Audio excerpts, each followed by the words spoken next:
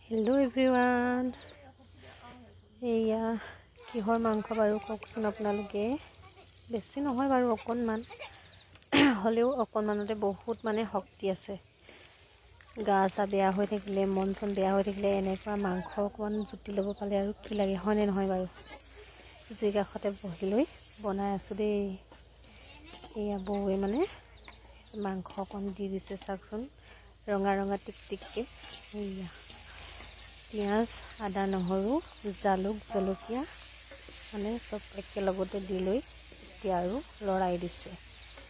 যিহেতু জ্বৰ, কাহ, পানী লগা হৈ থাকিলে এনেকুৱা মাংস অকণ বৰ খাবলৈ মন যায়। আপোনালোকে বাৰু গধূলি সাজ যোগাৰ কৰিছেনে নাই? যোগাৰ কৰি মেলি খাই ল'ব দেই। এতিয়া আলু কেইডোখৰমান এড কৰি দিয়া হৈছে আৰু নিমখ, হালধি। আজিলৈ আহিছোঁ দেই, বাই বাই, সকলোলৈ গুড নাইট।